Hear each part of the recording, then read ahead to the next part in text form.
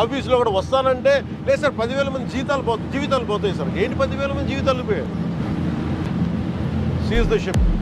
Hi guys, రీసెంట్గా పవన్ కళ్యాణ్ గారు ఒక పోర్ట్లోకి వెళ్ళి షిప్ని అయితే సీజ్ చేశారు కదా. సో దానికి గల కారణాలు ఏంటో ఈరోజు వీడియోలో అయితే తెలుసుకుందాం. సో వీడియోని ఎవరైతే కొత్త వారు చూస్తున్నారో interesting facts and movie stories and ఏదైనా సంథింగ్ ఇన్ఫర్మేషన్ కోసం మన ఛానల్ తప్పకుండా సబ్స్క్రైబ్ అయితే చేసుకోండి. సో ఇక టాపిక్లోకి వెళ్ళిపోదాం.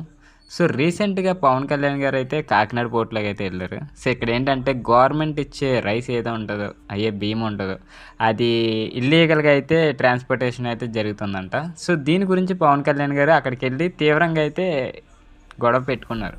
సో ఇది వైసీపీ హయాంలో అయితే ఈ అక్రమ సగ్నింగ్పై అక్కడ ఉన్న ఎమ్మెల్యే ఎవరైతే ఉన్నారో, సో అదే ద్వారపూడి చంద్రశేఖర్పై అయితే అప్పట్లోనే చాలా గొడవలైనవి. ఆయన్ని నిలదీసి అడిగారు కూడా. సో ఈ గొడవలతో ఇప్పుడైతే పవన్ కళ్యాణ్ గారు అధికారంలో ఉన్నారు కదా, సో పొలిటికల్గా. సో ఈ సమస్యని ఎప్పుడు తీవ్రం చేయడానికి అక్కడికి వెళ్ళాలన్నా, అక్కడ న్యాయం జరిగేలా చూడాలన్నా ఇక్కడ చాలామంది అంటే ఈ పోర్టుని నమ్ముకొని 10,000 మంది జీవనోపాధి ఉందని అయితే చెప్తున్నారు. సో అక్కడికి వెళ్ళొద్దని అయితే చాలామంది చెప్పారంట. బట్ అయినా కూడా ఆయన మన రీసెంట్గా వెళ్ళి కాకినాడ పోర్ట్ని చూసి అక్కడ స్మగ్లింగ్ పాల్పడుతున్న ఒక షిప్ ఏదైతే ఉందో దాన్ని సీజ్ చేయాలని అయితే వెంటనే ఆదేశాలు అయితే ఇచ్చారు. సో ఇదేంటంటే ఈ ప్రాంగణాన్ని ఇప్పటి వరకు ఎవరో ప్రభుత్వ అధికారి కానీ ఎవరు కానీ అక్కడికి వెళ్ళి ఇలా తనిఖీలు అయితే చేయలేదంట. అంటే ఈయన ఇప్పుడు డిప్యూటీ సీఎం కదా, సో ఇలాంటి స్టేజ్లో ఉన్న వ్యక్తి ఎవరు అక్కడికి వెళ్ళి ఇలా చేయలే. సో ఇది చేసేసరికి చాలామంది షాక్ అయితే గురవుతున్నారు.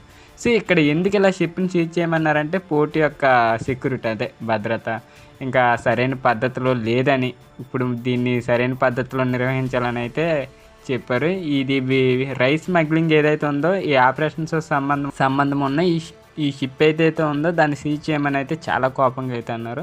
డెసిషన్ అయితే చాలా ఫాస్ట్గా తీసుకున్నారు. సో ఈ వార్ని సీజ్ చేయమని పవన్ కళ్యాణ్ గారు సో ఇలాగా అనేసరికి ప్రతి ఒక్కరూ ఈ వీడియో ప్రత్యేకంగా ఇదే సోషల్ మీడియాలో చూడటం వల్ల చాలా వైరల్ అయితే అయింది. సో ఇది పెద్ద ట్రెండ్ కూడా అవుతుంది. సో ఈ వీడియో అయితే చాలామంది ఇంత అగ్రెసివ్గా డిప్యూటీ సీఎం ఉంటారంటే ఇంత సడన్ షాక్ డెసిషన్స్ తీసుకుంటారని. సో ఇది మన ఇండియన్ ఇదేంటంటే రైస్ స్మగ్లింగ్ అనేది ఎప్పటి నుంచో జరుగుతుంది కాబట్టి దీని గురించి షిప్ని అయితే ఎప్పుడు ఇలా ప్రభుత్వ అధికారులు ఎవరో పట్టించుకోలేదు, అందరూ ఇలాగే చేస్తున్నారని చెప్పి ఇలా చేశారు. సో ఇది ఈ స్టోరీ. సో ఈ స్టోరీ నచ్చినట్లయితే తప్పకుండా లైక్ చేయండి. దీని గురించి మీ అభిప్రాయం ఏంటో కింద కామెంట్ రూపంలో తెలియజేయండి.